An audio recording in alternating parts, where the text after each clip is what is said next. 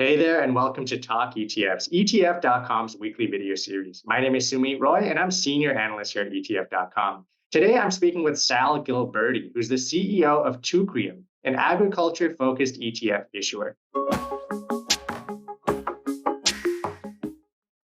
Sal, great to have you on the show. Always good to be here, Sumit. Thank you. Absolutely. So, Sal, you're the agricultural guy. What should investors be paying attention to today when it comes to the agriculture markets? Today, as we sit here, I would say prices and politics. Agriculture is basically a cyclical market. Agriculture is subsidized, as we've said before, around the world by governments.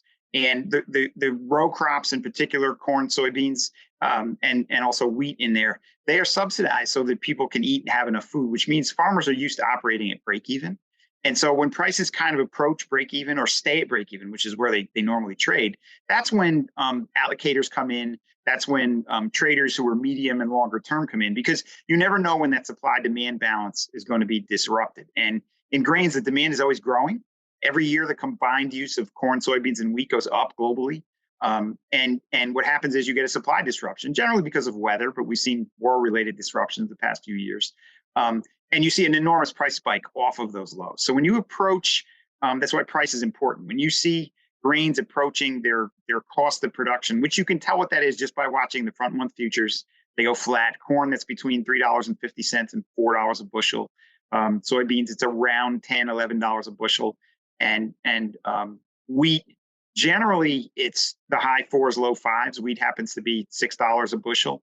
And that's the war premium that's in it. So with corn and soybeans, basically within 10% of their break even here in the US, their traditional break even rates, their historical futures equivalent break even price levels, that makes price really important.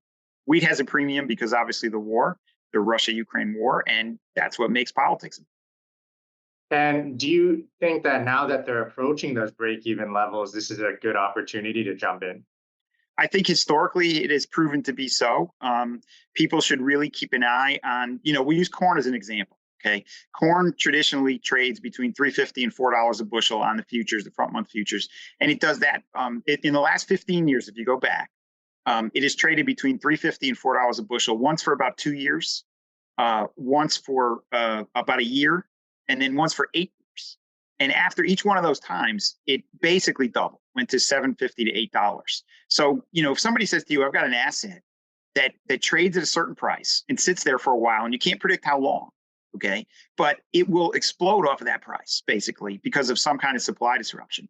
And in the last 15 years, that asset has gone from the same price to double that price 3 times. And it's headed back towards that price now where it generally lifts off from. You're probably going to say, hey, next time it gets back down there, why don't you give me a heads up? And I might throw a little something in there. And that basically is what we're having with corn. With corn trading today, spot corn is about the low fours, $4.30 ish a bushel. That is obviously within 7 or 8% of that $4 top of the trading range. That's really, really, really important. And so allocators will start to come in just like they do with oil. When oil gets below $40 to $50 a barrel, you see a lot of money flow into the oil ETFs. We're starting to see people realize that grains are equally as important, have those same cycles. And that's really, really a huge factor that allocators and longer term traders, because again, corn is traded sideways for between 1 and 8 years out of that, off those levels. So you do have a cyclical harvest low in the Northern Hemisphere. That comes late September, early October. October 1st is the date for corn. And corn is king. There's a movie called that, and it's a reason corn moves all the other prices. And so as investors now in the next 3 months, we head towards the harvest and the traditional cyclical seasonal lows. If those patterns hold and we see corn nearing $4, soybeans nearing that $10 number, you're at a spot where people want to begin to allocate into those numbers. Sal, you mentioned politics a little earlier. Do you think the election is going to have any impact whatsoever on the price of grains? I do not. I think that the election itself will not. I think the actions that the winning candidate takes in terms of tariffs, it could have an effect. And again, globally, tariffs don't make that much difference on grains because we use all that's produced in the world. Where tariffs hurt is the country that's affected by the tariffs. The countries whose farmers are affected the most by the tariffs, that's where it'll hurt. But on a global price basis, things even out because we use all the grain that's produced every year, no matter where it's produced. Gotcha. Now, Sal, you have a number of ag-focused ETFs on the market today. Can you talk about some of them? Which ones look really appealing to you right now? I would imagine the corn ETF, because you've talked about corn quite a bit. Corn is getting there. Soybeans are getting there. People just need to watch those prices and make their decision accordingly of if they want to allocate and how much they want to allocate, how long they're willing to wait on that.